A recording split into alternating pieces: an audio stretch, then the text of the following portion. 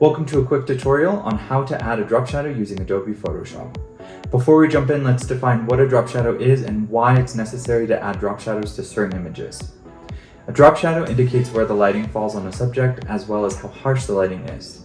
For this example, I'll be showing you how to repurpose content that you could use on social media and turn it into a product shot. This photo shows a pair of shoes outside with a basketball. I'll be removing the background as well as the basketball and adding a studio backdrop and drop shadow on it to make it look perfect for a product shot on your website. So let's get started. All right, we're going to open our image. So go to File up at the top, Open, and we are going to open the image for today.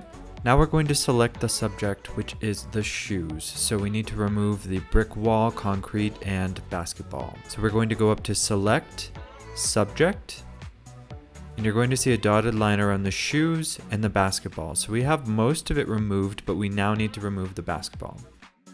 So we're going to click the Quick Mask tool over in the toolbar. You can either click this or press Q. Zoom into the basketball. Go to your brush tool or press B. And we're going to be painting with a black brush because we're removing the basketball from the selection. So I'm going to right click and increase the size of my brush quite a bit, make sure that it's a hard brush, and I'm going to paint around the basketball, removing this from the selection. I'll get more detailed once I'm closer, but this just saves a lot of time by using a bigger brush.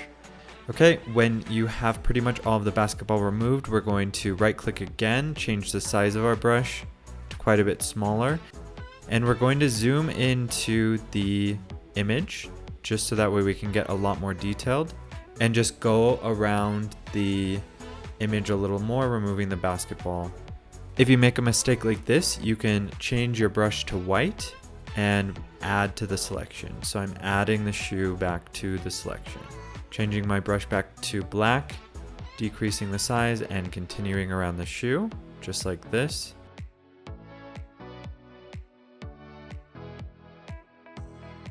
Okay, when you've removed the basketball, we now need to add the sole back to the image. So down here you can see the red across that. We need to bring that back.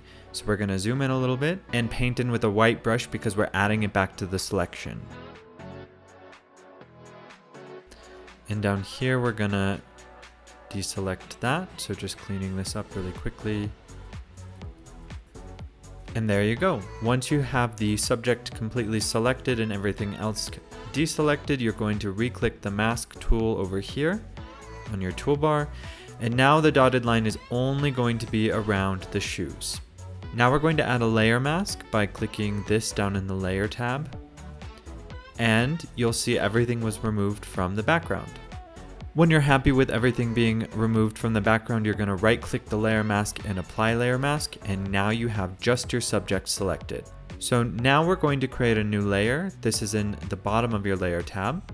Create that new layer, and we're going to drag layer 1 below the subject layer because now this will be our background layer. Go over to your toolbar and select your paint bucket, and now we're going to add a background color. I'm going to go to my foreground color and select a gray tone.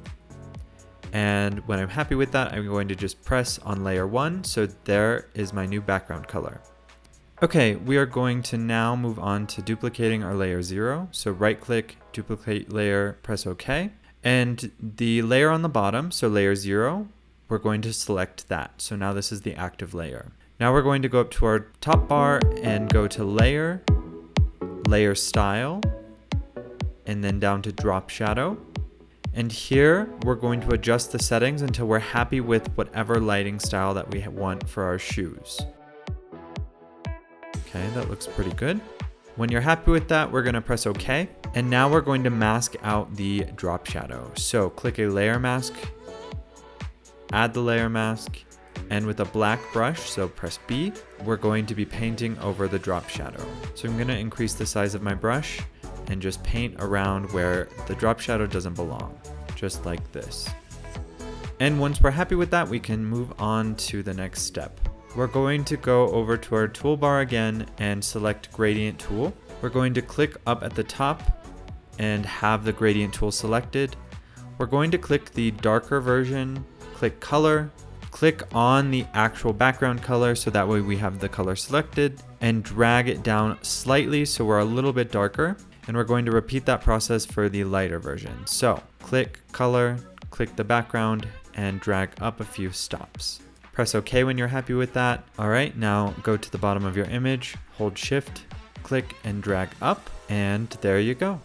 That is how you add a drop shadow and remove a background from an image very seamlessly. This looks really great. And some final touches, you can go to your top layer, you can go to Image, Adjustments, Levels, and you can just add a little bit of a better lighting to your image so it looks more realistic. Press OK. And there you go. That's how you add a drop shadow and remove a background using Adobe Photoshop. If you're a business owner with an overwhelming amount of photos that you would like to turn into high quality product shots, check out the Drop Shadow Creation Services link down in the description. Thanks for watching.